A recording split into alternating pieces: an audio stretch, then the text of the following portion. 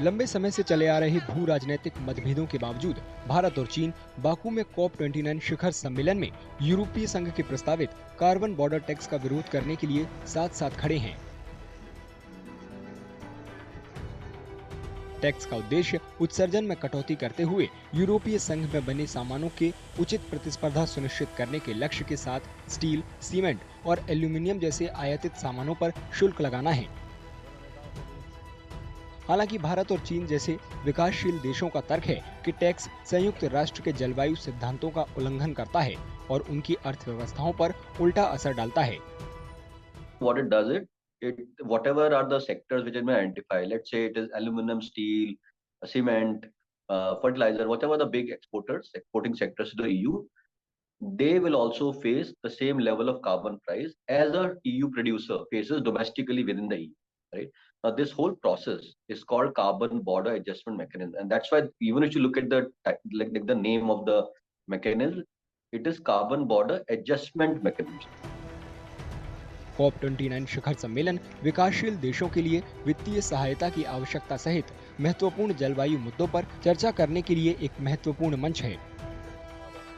भारत और चीन ने CBDR के सिद्धांतों की याद दिलाई है, जिसमें कहा गया है कि कार्बन बॉर्डर टैक्स जैसी एक तरफा कार्रवाई जलवायु लक्ष्यों पर वैश्विक सहयोग में बाधा डालती है।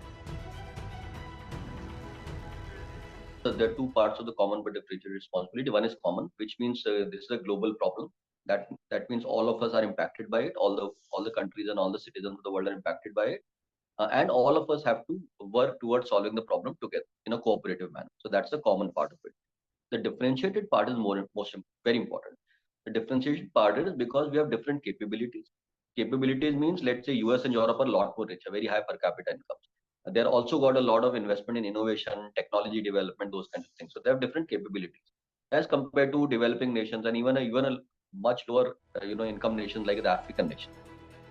COP29 में जलवायु वित्त की कमी एक प्रमुख मुद्दा बनकर उभरी है। विकासशील देशों को जलवायु परिवर्तन के गंभीर आर्थिक और सामाजिक प्रभावों का सामना करना पड़ रहा है, जबकि यूरोपीय संघ उत्सर्जन को नियंत्रित करने के लिए एक आवश्यक कदम के रूप में कार्बन बॉर्डर टैक्स का बचाव कर रहा है। आलोचकों का तर्क है कि ऐसे उपाय अंतर्राष्ट्रीय विश्वास को नुकसान पहुंचाते हैं और स्थायी भविष्य की दिशा में दुनिया के विकास को खतरे में डालते हैं।